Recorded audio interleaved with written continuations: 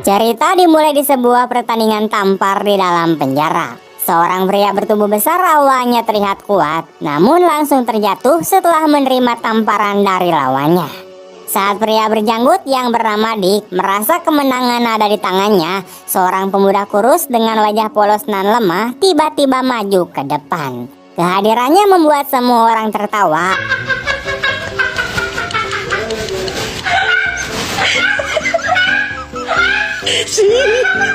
Hyunsu tetap percaya diri untuk ikut bertanding.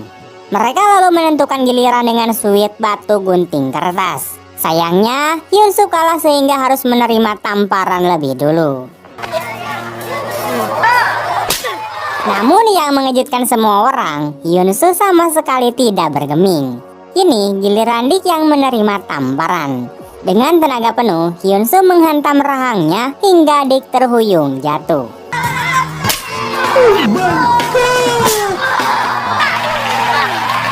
Merasa dipermalukan di depan banyak orang, Dick marah besar dan langsung menyerang. Tapi meski masih baru di penjara, kemampuan bertarung Hyunsu berada di level atas.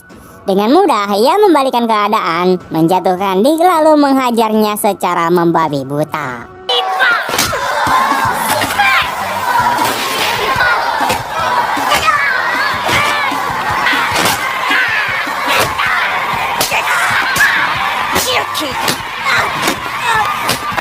Dick hanya bisa terbaring tanpa daya, dan jika tidak dihentikan sipir, mungkin Hyunsu sudah menghabisinya.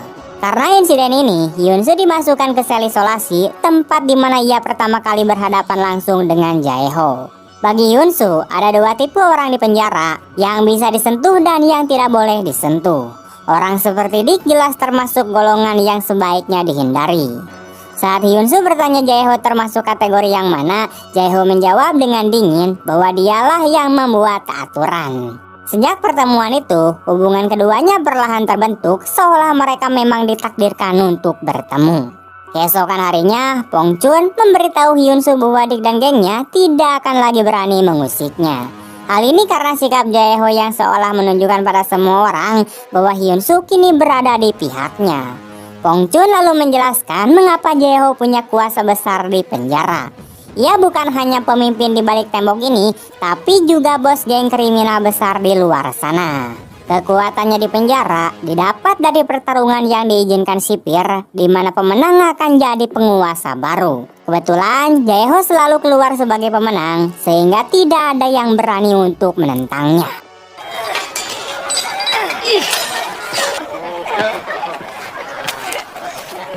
Namun suasana berubah saat seorang tahanan baru kemudian masuk. Namanya adalah Kim Se-han, pria yang reputasinya bahkan lebih mengerikan daripada Jaeho. Kehadirannya langsung menebar ketakutan, bahkan banyak narapidana yang menunduk ketika namanya disebut. Hal ini membuat Jaeho semakin waspada.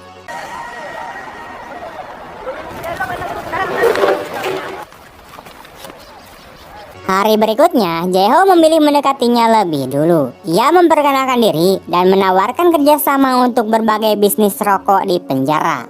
Ada dua alasan mengapa ia rela mengalah. Pertama, masa hukumannya hampir habis, sehingga ia tidak ingin masalah baru. Kedua, ia perlu waktu untuk membaca langkah lawannya sebelum memberi pukulan balik.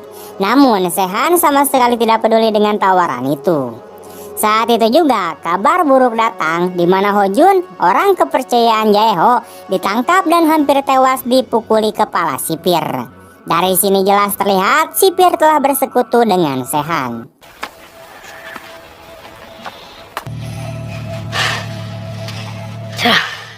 Jaeho marah besar dan memaki sipir, tapi akibatnya ia sendiri dipukuli hingga babak belur lalu dijebloskan ke sel isolasi.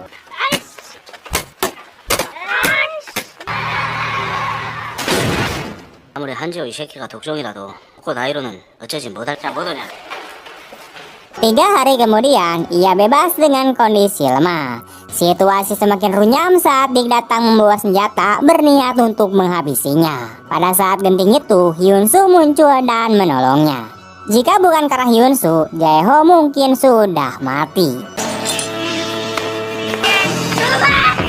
Namun bukannya lega, Jaeho justru curiga, di mana ia heran kenapa pemuda itu rela menolongnya, di mana Hyunsoo menjawab sederhana bahwa ibunya pernah berpesan untuk selalu membantu orang dalam kesulitan.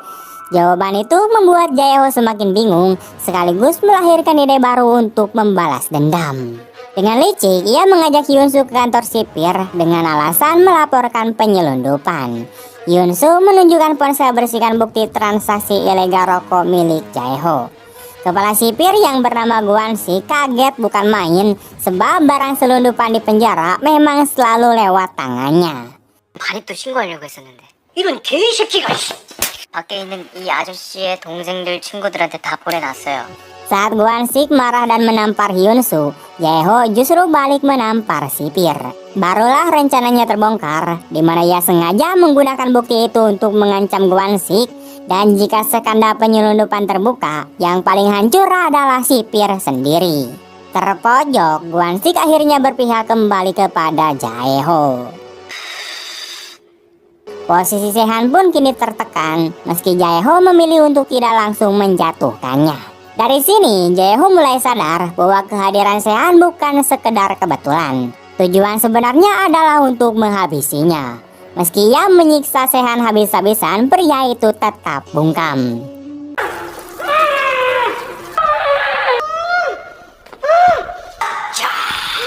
역시 나를 잡으려고 하는 거요. 내가 Sampai akhirnya salah satu anak buah Sehan yang ketakutan buka suara. Ia mengaku bahwa dalang dibalik semua ini adalah Manchon, yaitu bos besar Jaeho sendiri. Manchonlah yang memerintahkan agar Jaeho dihabisi. Sebagai imbalannya, ia menjanjikan penyelundupan 5 kg rokok dengan pembagian 30% untuk Sehan. Mendengar pengkhianatan itu, Jaeho terkejut sekaligus murka. Namun ia harus menahan diri dan menyembunyikan emosinya agar tidak menimbulkan kecurigaan. Di balik semua itu, ternyata Hyunsoo bukanlah narapidana biasa. Ia ternyata adalah seorang polisi yang menyamar. Misinya adalah mendekati Jaeho, meraih kepercayaannya, lalu membongkar seluruh operasi gengnya. Hyunsoo menerima tugas berbahaya ini karena dijanjikan oleh atasannya yang bernama In-suk bahwa ibunya yang sakit parah akan mendapatkan donor ginjal.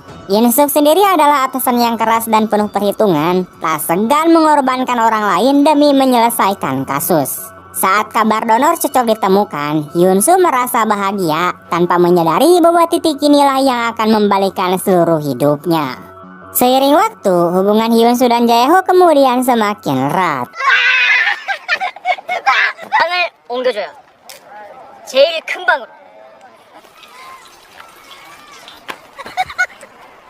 Hingga suatu hari muncul sosok Byung-gap, keponakan Manchon sekaligus rekan lama Jaeho. Meski masih ada ikatan keluarga, Byung-gap justru membenci pamannya, apalagi setelah pernah dipukuli dengan asbak hingga terluka. Mengetahui bahwa Manchon berkhianat, ia menawarkan diri untuk membantu Jaeho untuk menjatuhkan sang bos besar setelah mereka bebas nanti.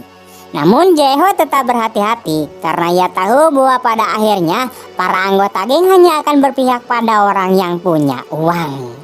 Di saat yang bersamaan, Jaeho juga menaruh curiga pada Hyunsoo. Sejak lama ia sudah meminta Byung-gap untuk menyelidiki identitasnya, namun hasilnya tetap nihil. Tidak ada catatan apapun tentang siapa sebenarnya pemuda itu. Pada saat itu, Hyunsoo masih tenggelam dalam kebahagiaan karena ibunya hampir saja bisa diselamatkan. Namun di waktu bersamaan, sang ibu sedang berbicara lewat telepon dan tidak ada yang tahu apa yang terjadi. Tiba-tiba ia terjatuh dan bersimpah darah. Kabar kematian itu pun sampai kepada Hyunsoo, membuat pikirannya seolah runtuh ke dalam kegilaan. Tidak seorang pun bisa menerima kenyataan pahit seperti ini. Padahal keadaan sempat terlihat membaik, tetapi tragedi justru datang menghancurkan harapannya. Dari kejauhan, Jaeho melihat Hyunsoo meraung penuh rasa sakit dan hatinya ikut tiba. Malam harinya, Hyunsoo menghubungi In-suk. Ia memohon izin agar bisa keluar penjara untuk memberikan penghormatan terakhir karena ibunya adalah satu-satunya keluarga yang ia miliki. Namun di luar dugaan, si babah In-suk menolaknya. Ia beralasan bahwa Hyun-soo bukanlah tahanan teladan sehingga permintaan itu sulit dikabulkan. Seberapapun kerasnya Hyun-soo untuk memohon, sikap In-suk tetap dingin dan tidak peduli. 같은 곳에 처박아 놓고 엄마 묻을 것도 못 찾게요. Terdesak, Hyun-soo mengancam akan membuka rahasia misi yang telah mereka jalankan jika ia tidak dilepaskan. Tetapi In-suk justru menegaskan, bila catatan kriminalnya dihapus, maka status Hyun-soo akan resmi tercatat sebagai penjahat sungguhan. Ucapan itu membuat Hyun-soo tidak percaya bagaimana mungkin atasannya tega memperlakukannya seperti itu. Keesokan harinya, kepala penjara tiba-tiba membebaskannya untuk sementara ditemani 2 polisi sebagai pengawal. Kepala penjaga juga menyerahkan alamat tempat pemakaman ibunya, sekaligus memberitahukan bahwa semua biaya sudah ditanggung oleh Jae-ho. Dengan begitu, Hyun-soo bisa menghadiri pemakaman ibunya. 별로 만족하자.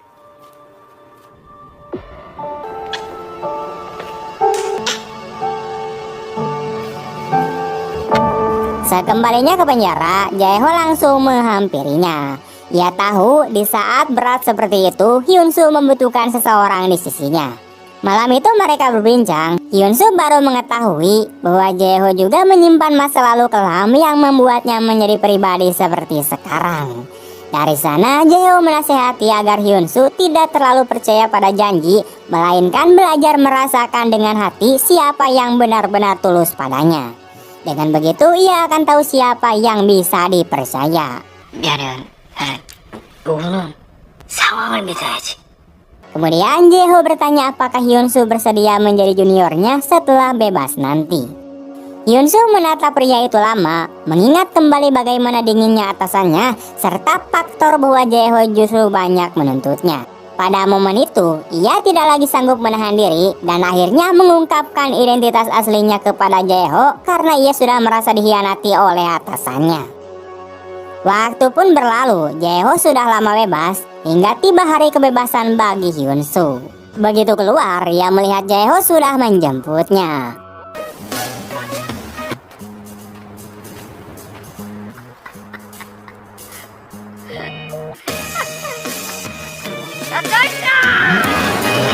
Malam itu, Hyun-soo diajak ke sebuah pesta. Untuk pertama kalinya, ia menerima misi langsung dari Jae-ho. Saat itu pula, muncullah seorang pria tua bernama Manchon.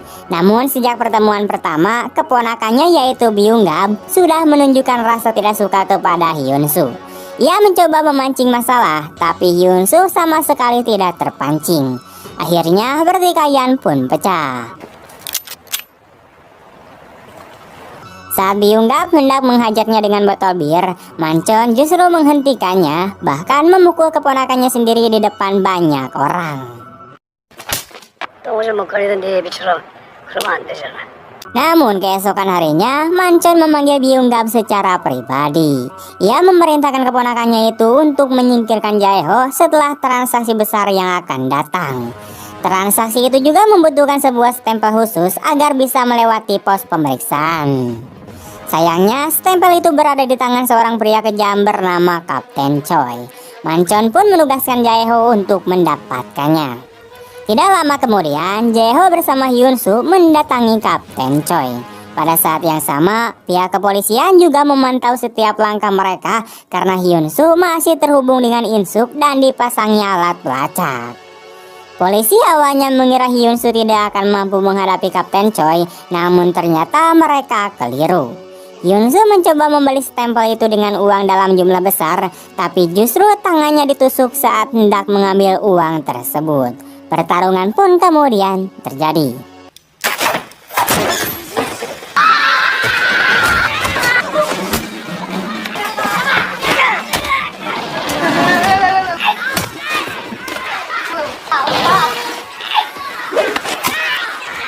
Sementara itu, Jae-ho yang menunggu di luar menyadari ada seseorang yang melaporkan kejadian itu. Ia pun segera masuk. Byung-gab yang berada di luar terlihat tidak senang dalam situasi tersebut. Di dalam ruangan, Hyun-soo berjuang keras melawan lawan-lawannya sampai akhirnya anak buah Kapten Choi datang dalam jumlah besar. Jae-ho akhirnya ikut turun tangan. Ia tak lagi peduli dengan orang-orang di luar. Yang terpenting baginya adalah keselamatan Hyun-soo. 가끔 현장 뛰면 재밌어.